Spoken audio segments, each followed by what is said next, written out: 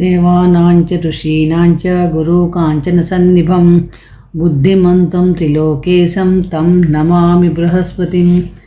శ్రీ గురుభ్యో నమః. శ్రీ మహాగణాధిపతే నమః. శ్రీ మాత్రే నమః. Welcome back to Meeravani YouTube channel. మీ డాక్టర్ సుందరి ప్రేక్షకులకు నమస్కారం. ఈరోజు మనం తెలుసుకునే విషయం ఈ వీడియోలో చాలా ముఖ్యమైన విషయం. ఎందుకంటే నవగ్రహాల్లో అత్యంత శుభగ్రహమైన గురువు రాశి మారుతున్నాడు. గురుగ్రహం ఒక సంవత్సర కాలం పాటు ఒకే రాశిలో ఉండి మళ్ళీ వేరే రాశిలోకి మారుతుంటాడు. అంటే 12 ఏళ్లకు ఒకసారి ఒక రాశిలోకి వస్తూ ఉంటాడు అన్నమాట. 12 ఏళ్ళ తర్వాత ప్రస్తుతం మేషరాశిలో సంచారం చేస్తున్నాడు. ఈ మేషరాశిలో సంచారం చేస్తున్న గురువు మే 1వ తారీఖు 2024 నుండి వృషభ రాశిలో సంచారం ప్రారంభిస్తాడు. ఈ రాశిలో గురువు 14/5/2025 వరకు సంచారం చేస్తాడు. అంటే ఒక సంవత్సరం పాటు సంచారం చేస్తాడు. నవగ్రహాల్లో అత్యంత పెద్ద గ్రహం గురువు. అలాగే స్లో మూవింగ్ ప్లానెట్ శని తర్వాత నెమ్మదిగా చరించే గ్రహం ఏదన్నా ఉందంటే అది గురుగ్రహమే.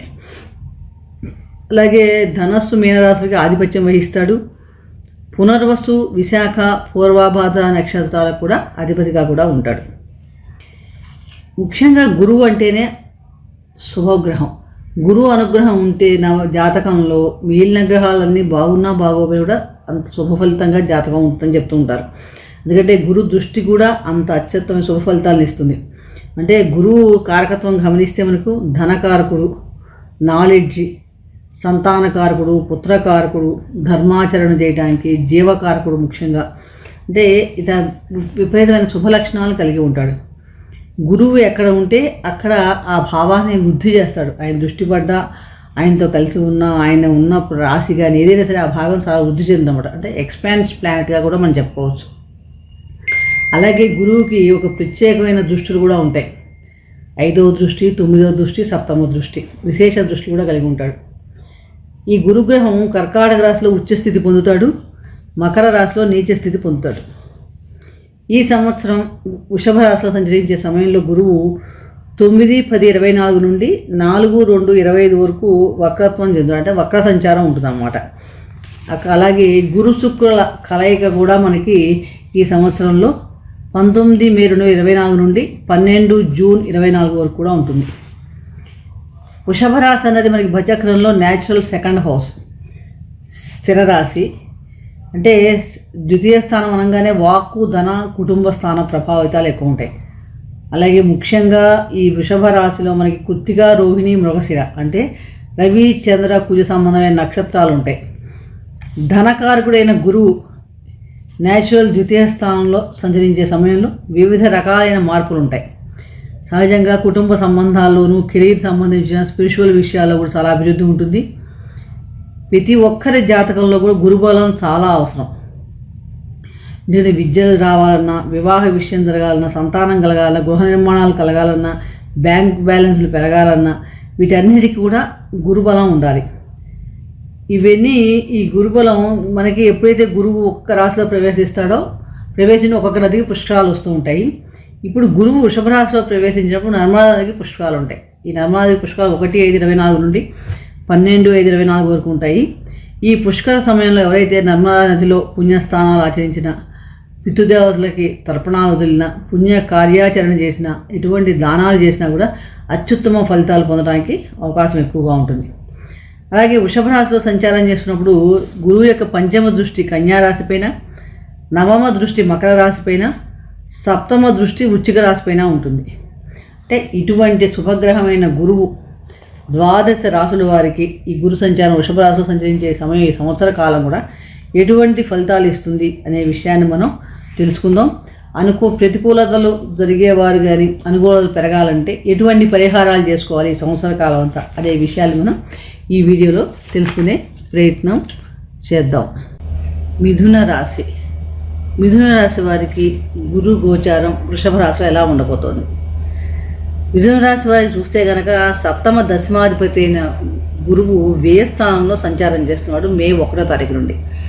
ఈ వ్యయస్థానంలో లోహమూర్తిగా సంచారం ప్రారంభిస్తున్నాడు. ఈ లోహమూర్తిగా సంచారం చేయటం వలన చాలా మటుకు ఏంటంటే మే 1వ తారీఖు కొంచెం శుభకార్యాల కోసం ధన వ్యయం ఎక్కువగా ఉంటుందని చెప్పవచ్చు. అలాగే స్థానచలనం, తరచూ ప్రయాణాలు ఉండే అవకాశం కూడా ఎక్కువగా ఉంది.